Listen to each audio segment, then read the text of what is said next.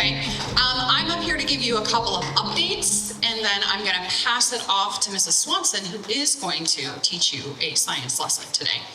I want to tell you a little bit about some new curriculum that we're using in the grammar school, but I also want to take this time to give you just a little plug about science fair next year. So this past school year, we introduced a math fair called Spectaculum Mathematica. It was our first time ever doing that, and we had a great time, and it went wonderfully. We have decided that we are going to alternate that with our traditional science fair. So this coming school year is going to be a science fair year. Just so you're aware, on the calendar, it's not coming until the end of January. And you might be like, well, why in the world are we even talking about it now then? Well, the reason is because, especially for the logic and rhetoric school students, your partnership at home is crucial. Okay, so you can expect that teachers at school are going to provide specific deadlines and when they need to be working on certain elements of that project, and you can provide guidance at home, but knowing what those deadlines are and what materials are needed, how to help with the experiment, asking good questions, all of that is going to be co-teacher responsibility, okay? And the reason that I bring that up now is because a lot of times we get to December and everything gets crazy in our lives with all the extra things, right? And then we get to Christmas break and we think, oh, well, we've got time over Christmas break.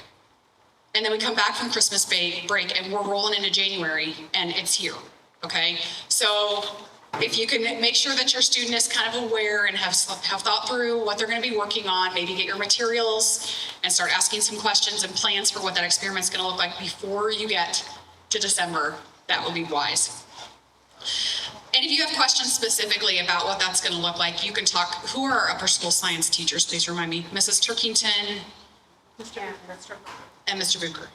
So you can always reach out and ask some questions specifically if you need to.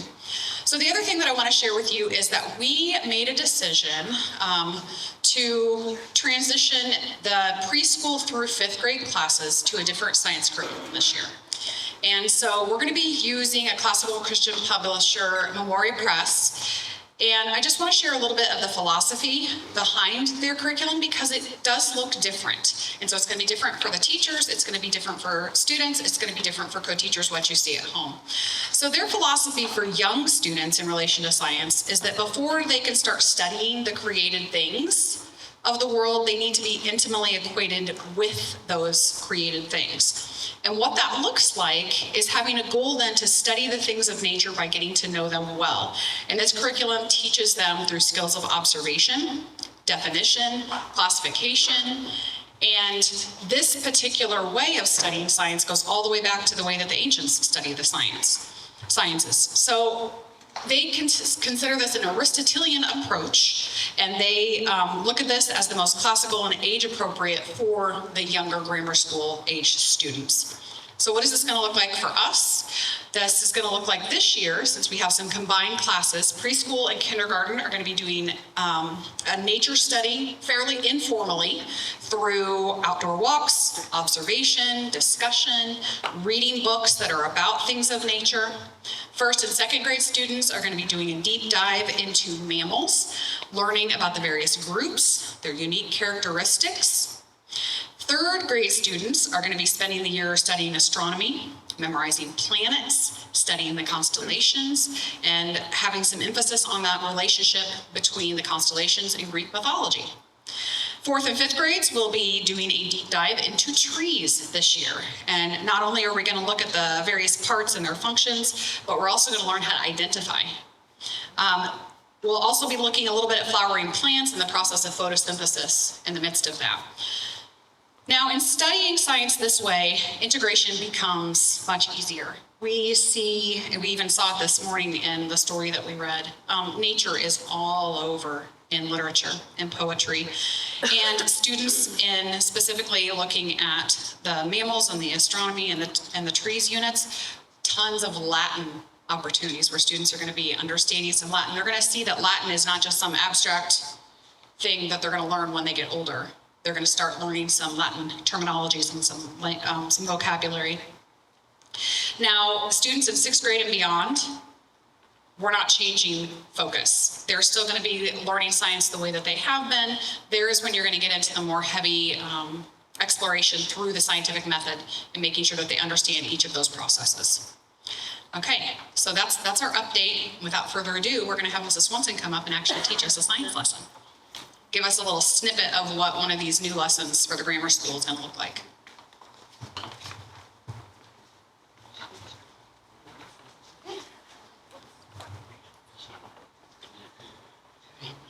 Hello, class. Good morning. For you who don't know me yet, my name is Mrs. Swanson. I teach the second grade here. And so we're going to go back to second grade. You are my second grade class, much larger than I'm going to have next week. I chose to do a lesson from the second week. So I'm assuming we've gone through the first week, and you're going to tell me what you learned last week. Were you here? Nobody was here. Okay, I'll catch you up. First, we introduced living and non-living things. And we talked about living things can be plants, they can be animals. And then we started diving into animals. There are so many animals in the world. We've got fish, and we've got birds, and we've got animals, all kinds of different kinds of animals, mammals, reptiles. Talked about all of that, and then we zeroed in on mammals. We're going to spend the year learning about mammals.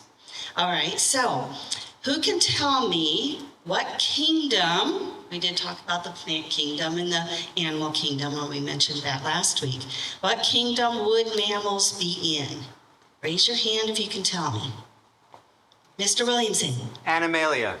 Animalia, the animal kingdom. Very good. Good memory. All right, so we're going to talk about mammals a little more today. I have a book called What is a Mammal? And we're going to read through. How am I going to do this? We open up to page 4. All right. I got it. It's a small book. I can hold it. So I want you to listen closely, and we're going to ask questions, and I'm going to ask you to tell me back some of the things you learned. So let's listen closely. If you were here yesterday, you learned ready position. Did you know what that is? Ready position, 2 feet on the floor, back straight, eyes looking forward at me. Good job. Okay. What is a mammal? A mammal is a type of animal. Animals are living things that eat plants or other animals. Mammals are warm-blooded, which means their body stays the same temperature no matter how warm or cold their surroundings are. Mammals have hair or fur on their body. In order to stay alive, they need to breathe. They breathe in oxygen and they breathe out carbon dioxide. Mammal mothers are the only animals that feed their babies with milk from their body. We have pictures. I know this is a small book. This is a very large class, but in my room, this would be easy for everyone to see, and I walk around. We have different groups of mammals on the second page there, all different kinds. We see mammals with something that looks like wings. We see mammals that are shaped differently. Some mammals don't even have legs. Did you know that? We have tiny mammals. We have very large mammals. We're going to talk about all of these during the year in different sections. So today is just kind of an introduction, but I want, let's see, I'm going to turn the page here. I want to talk about specific characteristics about mammals. Mammals have some of the same body parts as other animals, but in many ways their bodies are special. The pictures on these pages show the most important body parts. We've got the head, right here. The skull and jaw are bones in a mammal's head. The skull protects the brain, and the jaw grabs and chews food. A mammal's senses of sight, hearing, taste, and smell, and touch help it to find food and avoid danger. Do we have those senses? Yeah, what senses do you have? You have eyes. What do you use your eyes for? Yeah, to see, so you can find. When you're eating, do you need to see your food so you can eat it? Yeah, you might look in the fridge to find something to eat. What about, let's see, most mammals have 4 limbs that they use for running, swimming, digging, or holding things. How many limbs do you have? You have 4 limbs. What are they? Arms.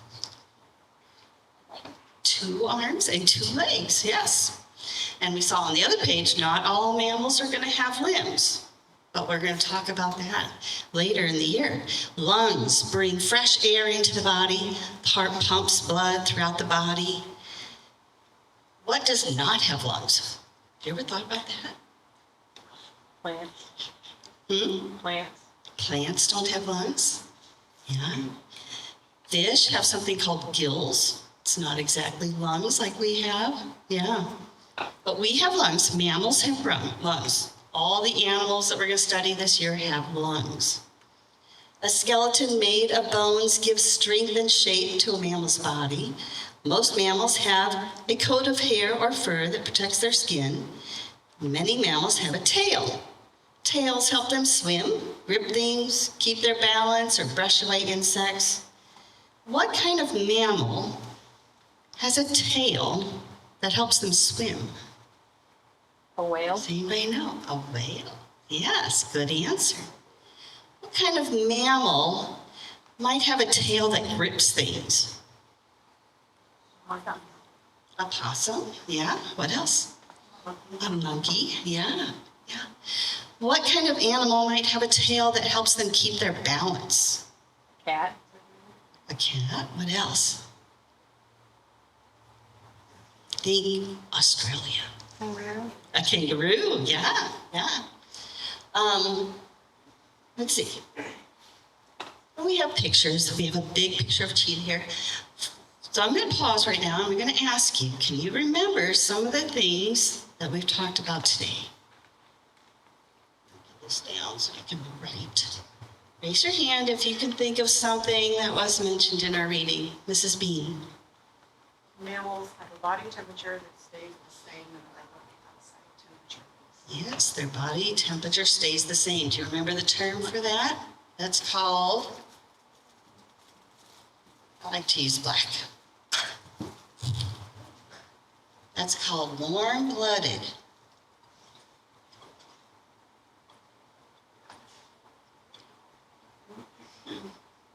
Blooded. Is that all right? Yes. They breathe oxygen. They breathe oxygen. Yes, they have lungs that breathe oxygen.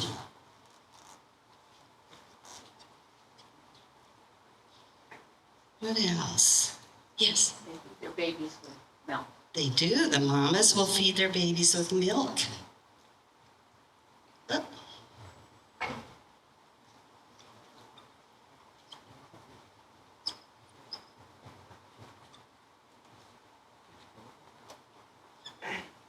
Good, we're doing good. We got 3 main things. What else can we remember? Yes? They have hair or fur. Yes, they have hair or fur on their bodies.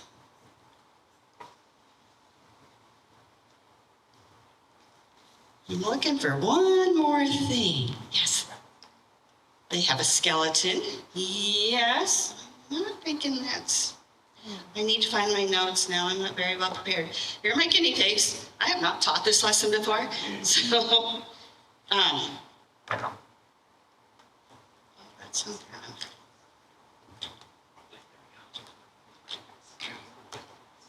Oh, I don't have the one that has my card on me. I actually have a cheat sheet, you know. I'm looking for that little card that has all 5.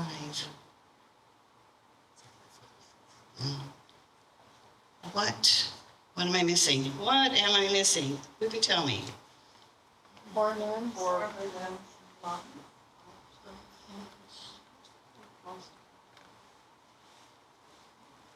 We will have this memorized by the end of the year. I'm just going to tell you that because this is important stuff. They give birth to live. Give birth to live young. I don't even think that was in the reading. That but was that is true. But you're right. Well, Except for platypus. except for platypus, yeah, there is a category of animals that don't, so I don't think that's one of the main 5. All right, anyway, I do need to study this curriculum a little more, but it's brand new, so we're very excited about it. I think it's gonna be a fun year.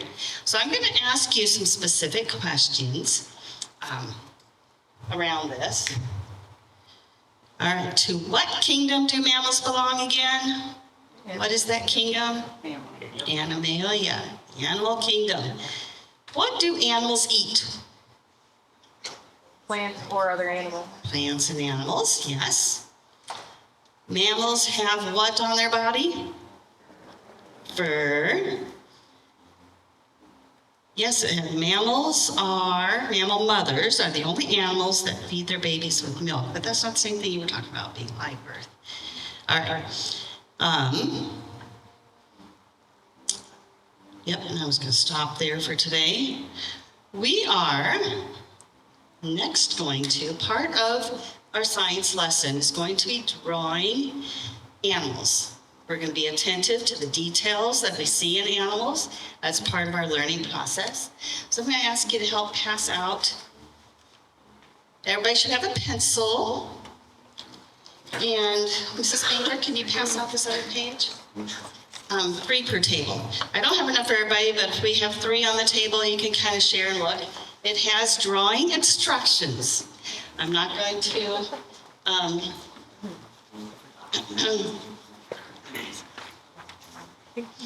if you were older, I would hold this up and have you draw from this, but this is 2nd grade, so we're going to have a directed drawing page to help you get started.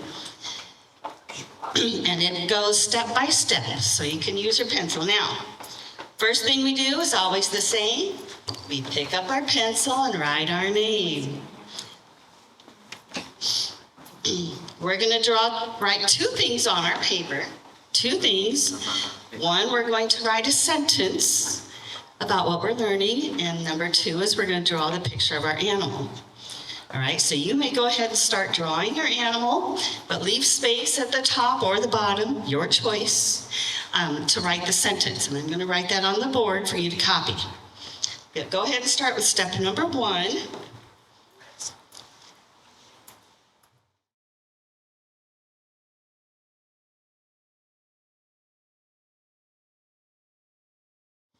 While you're busy drawing, I'm going to read a short little poem to you about the cheetah. The cheetah, the speedy cheetah, loves to run. He's peerless in a race, for hardly has the race begun, he's finished in first place. A blur of fur he dashes past, he flashes through the air. The speedy cheetah runs so fast, before he's here, he's there. That has some of the things we've learned about the cheetah. He has fur, right? He has legs that run fast. All the parts you're drawing on your picture today.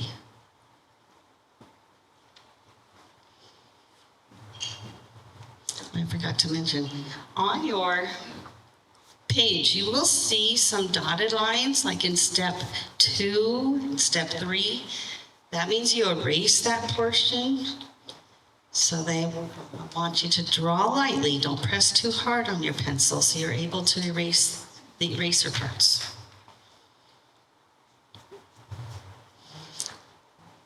Doesn't have to be perfect. Just do the best you can.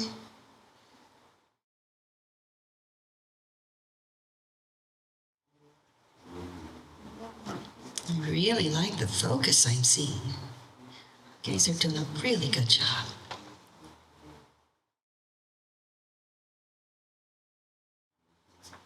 All right, we're getting our animals drawn. I want you to look at the board. The sentence in my red marker is what you're going to write on your paper, either above or below your cheetah, your choice. When we write our sentence, pay close attention. We're going to start with a capital letter, right? And our sentence ends with a period.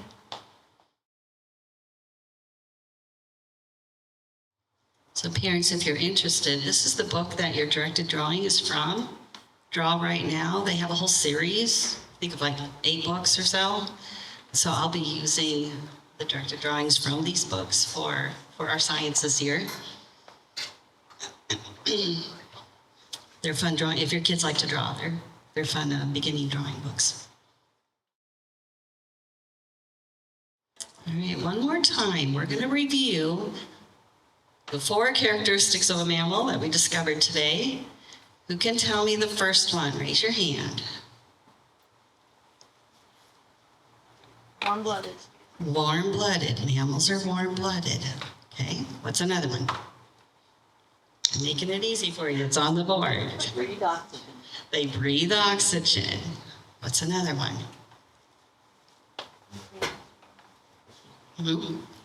They feed their babies with milk. Yep. Last one.